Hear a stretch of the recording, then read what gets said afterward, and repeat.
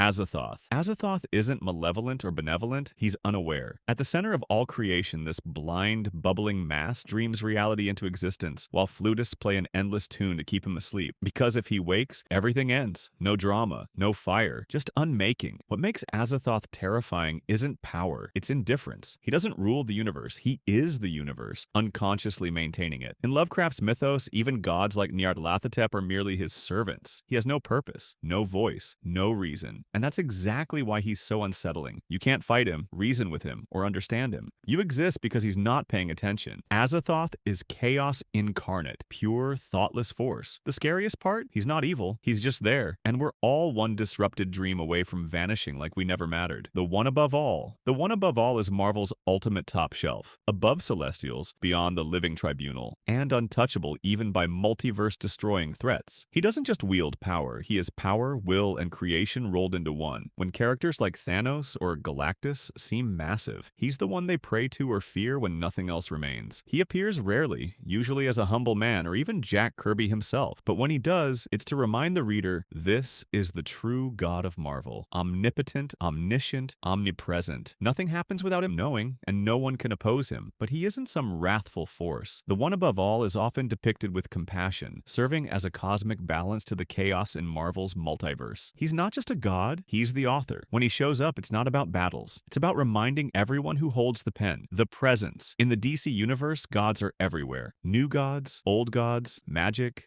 demons, but above them all, the presence. He's DC's supreme being, creator of heaven, earth, and every layered reality in between. Think of him as the source from which everything else flows. The Spectre's power? That's on loan from the presence. Lucifer Morningstar and Michael Demiurgos? Both born from his will. What makes the presence so fascinating isn't just the power, it's how rarely he acts. He's often hands-off, letting his creations explore free will, which leads to angels rebelling and chaos unfolding. But when he does move, universes shift. He doesn't throw punches or deliver speeches. He decides, he rewrites, and sometimes he leaves. In some stories, he simply vanishes, letting others fill the vacuum. He's less a character and more a force of divinity that everything bends around, even those trying to defy him. Eru Ilúvatar. Eru Ilúvatar doesn't need flashy entrances or cosmic lightning bolts. He sang reality into existence, literally. In the Silmarillion, he creates the Ainur, godlike beings who perform the world's creation like a symphony. But when one, Melkor, tries to introduce his own chaotic notes, Ilúvatar simply shifts the harmony, absorbing dissonance into the greater plan. That's his strength, total authorship. Even rebellion becomes part of the design. He's not constantly intervening. In fact, after creation, he mostly stays out of things. But when it matters, when the world needs resetting or a soul needs saving, he steps in. Eru is elegant power, quiet omnipotence. No armies, no thrones, just will made real. He's the kind of god whose presence is felt more than seen. Yet every moment, every fate in Middle-earth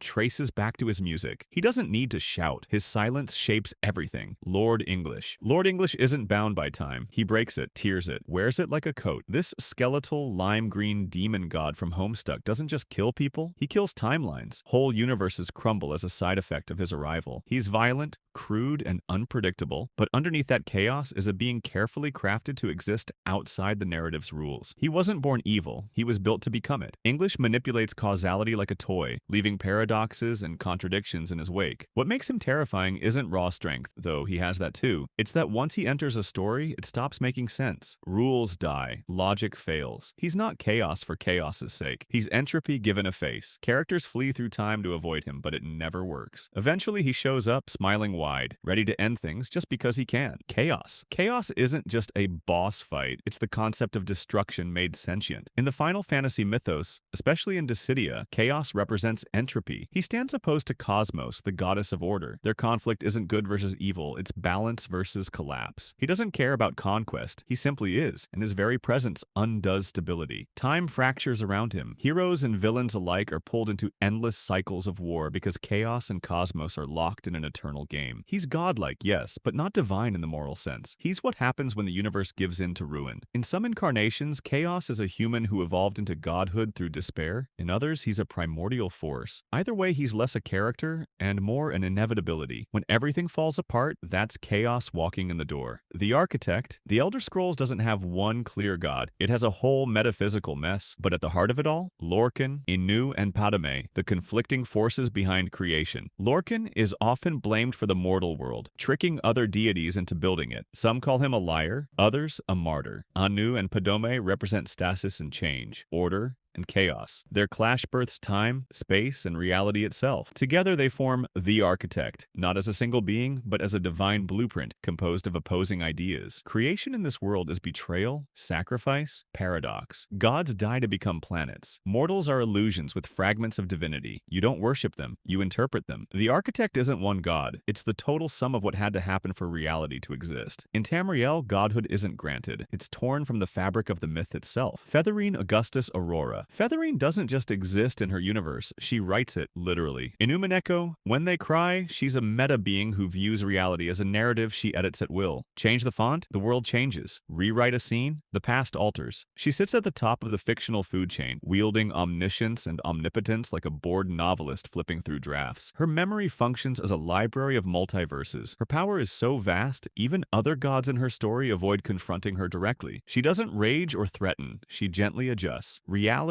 folds to her edits. If you question her authority, it's like arguing with the person holding the script. You exist because she wrote you in. She isn't a tyrant, she's an editor. Featherine isn't about destruction or creation, she's about revision. And in her world, that's the ultimate form of control, the creator. In the Xenogears and Xenosaga universes, godhood isn't a title, it's a frequency. The wave existence, also called Udo in Xenosaga, isn't a person but a consciousness from a higher dimension. It doesn't interact directly. It filters itself through beings and devices, like Deus or Cosmos. When mortals tap into it, they gain impossible power, but at a cost. Their identity fragments, causality bends, and reality can start to glitch. The creator doesn't smite or save, it observes. Its will ripples through space-time, creating anomalies that fuel conflict and revelation. It's not divine in a religious sense, it's quantum consciousness with purpose. Heroes in these stories don't fight gods, they fight to understand them. The creator isn't evil or kind, it simply exists on a level we can't map. And when something like that notices you, you either ascend or unravel. The Godhand. In Berserk, the Godhand aren't just demonic, they're divine. Not in holiness, but in scale and inevitability. They serve the idea of evil, a being formed by humanity's collective pain and desire for meaning. It exists only because we needed it to. Fate, causality, suffering, it all flows from this unseen force. And the Godhand? They're its fingers, reshaping the world through sacrifice and manipulation. You don't defeat them, you don't fight them. You make a deal and you pay with blood. What makes them terrifying isn't raw power, it's how inevitable they are. They don't just influence events, they are the events. Griffith didn't fall to them, he became one of them, and reality bent around his ambition. The idea of evil isn't out to ruin the world, it's just giving us what we asked for,